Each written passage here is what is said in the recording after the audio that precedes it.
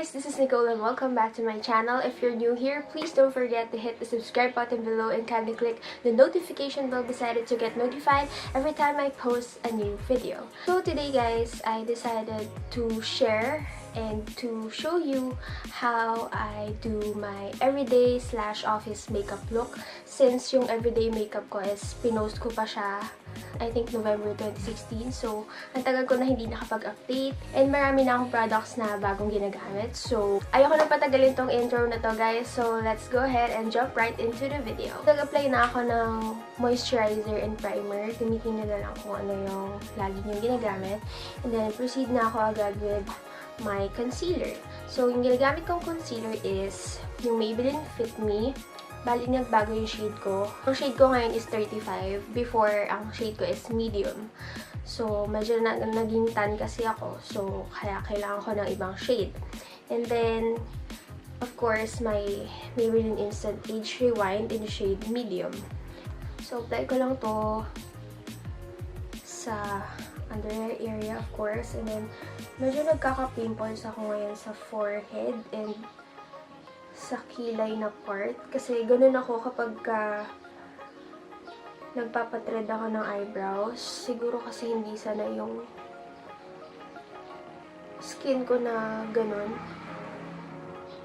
Then, I'm going to use my damp sponge.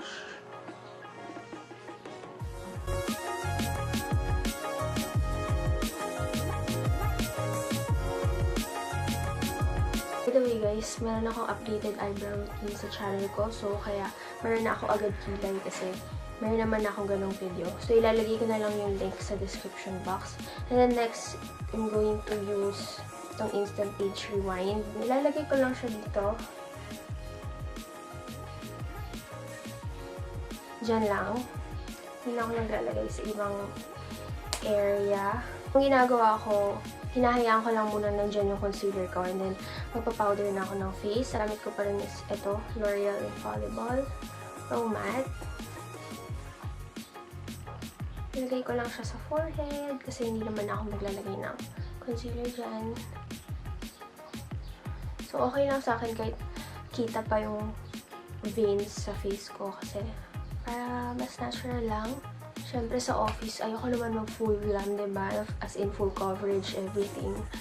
So, yun lang tayo sa natural. And ang importante lang naman is maging presentable sa clients. After that, i-blend ko na to guys.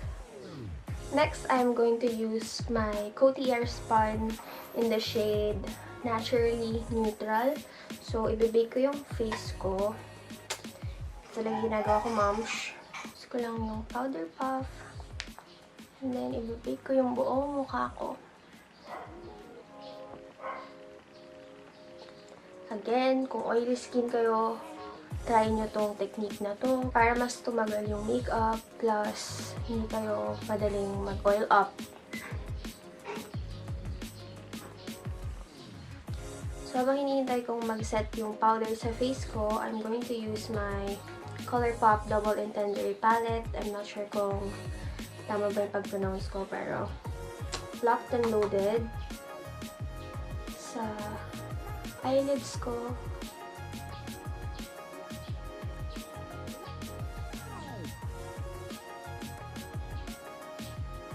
After that, I'm going to use the shade Nip Slip, this one.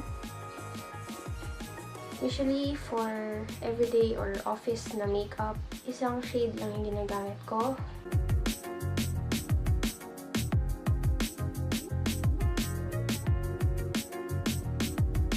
So, after that, I'm going to take the shade Flasher. So, this one. Lalagay ko lang siya sa eyelids.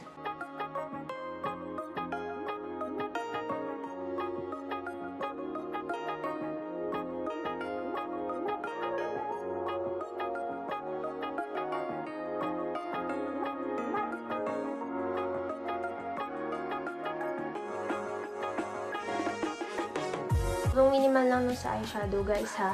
Tapos, tatanggalin ko na yung bake. Yan. Tapos, proceed na ako sa blush. So, for blush, I'm going to use my City Color B Matte Blush in the shade Guava. So, ito. Favorite ko to. As in. Super pretty. Hindi pa lang siya ganyan. Then, hindi ako nagko-contour, guys. Kasi alam niyo naman, hindi ako mahilig mag-contour. Pero, nag-highlight ako. So, again, I'm using my Sleek Makeup Face Contour Kit in the shade Medium. And favorite ko tong highlight na to. As in. Mas gusto ko pa yung blush kaysa sa contour. Mas importante sa akin yun. Yung contour talaga okay lang sa akin. I-skip ko. Kasi, yun. Talaga ako mahilig mag-contour. Then, isa-set ko na yung face ko using my Milani Make It Last Setting Spray. And, yan.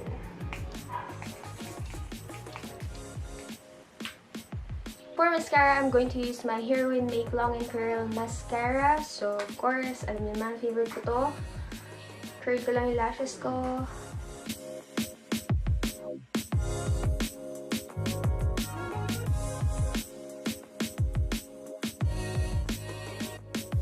Then, for my lips, I'm going to use my Loreal Lipstick in the shade 225. So, I'm not sure kung ano yung name talaga ng lipstick na to. Ilalagay ko na sa description box.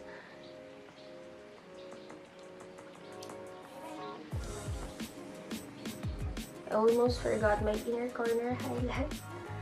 So, gamitin ko lang din yung highlighter.